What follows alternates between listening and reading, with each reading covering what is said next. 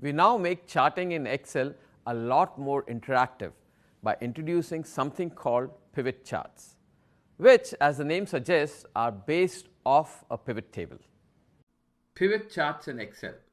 So what is a pivot chart? A pivot chart plots data just as a regular chart does. A line chart, a column chart, a pie chart, and so on. However, the difference is that a pivot chart is based off a pivot table. And why this is different is because it gives you interactive filtering controls on the chart itself, so that you can quickly analyze a subset of your data and change the way your chart looks at the data and plots the data. Let's look at it by way of an example. We'll use the same data file, the store sales data file, and introduce the pivot chart. In an earlier lesson, we had created a pivot table out of this store sales. The store sales are given in the worksheet store sales, and when we created the pivot table, we created the pivot table in a separate worksheet which Excel named sheet 1. So this is the pivot table that we had created in an earlier lesson. So if you click anywhere in the pivot table, it tells you the structure of this pivot table. So the column label is the province, Alberta, British Columbia, Manitoba, and so on. The row labels, we created two levels of row labels. The first is the year, 2009, 2010, 11, 12. The second layer for the row labels is order date. Further, if you click anywhere on the order date, do a right click, click on group, we had grouped the order dates by months and then years. And that's how we had gotten this structure. And since we were interested in year 2010, we had minimized all the other years. And then given this structure, we had then constructed line graphs, column graphs, pie charts for the sales in 2010, January through December, for the provinces of Alberta, British Columbia, and Ontario. Now we'll do the same thing, but by introducing pivot charts. To construct a pivot chart, what is important is you begin by placing your cursor somewhere on the pivot table and not in an empty cell in your worksheet.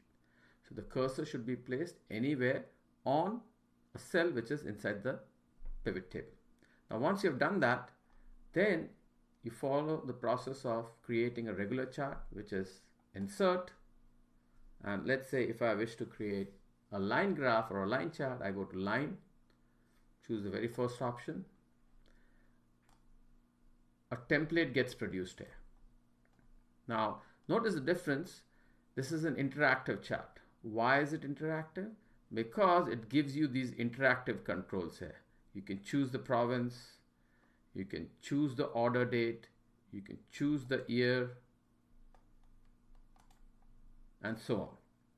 So since we were interested only in 3 provinces, let's reduce the provinces to those 3 provinces. So I click on the drop down menu box against province. I first deselect all, then select Alberta, British Columbia, and Ontario, do an OK. So the graph now displays information only for Alberta, British Columbia, Ontario. Further, year. I'll select the year, so I click on the drop down box against year. And since I'm only interested in year 2010, I would deselect all and then select year 2010, do an OK. So this is year 2010. And clicking on order date, I make sure that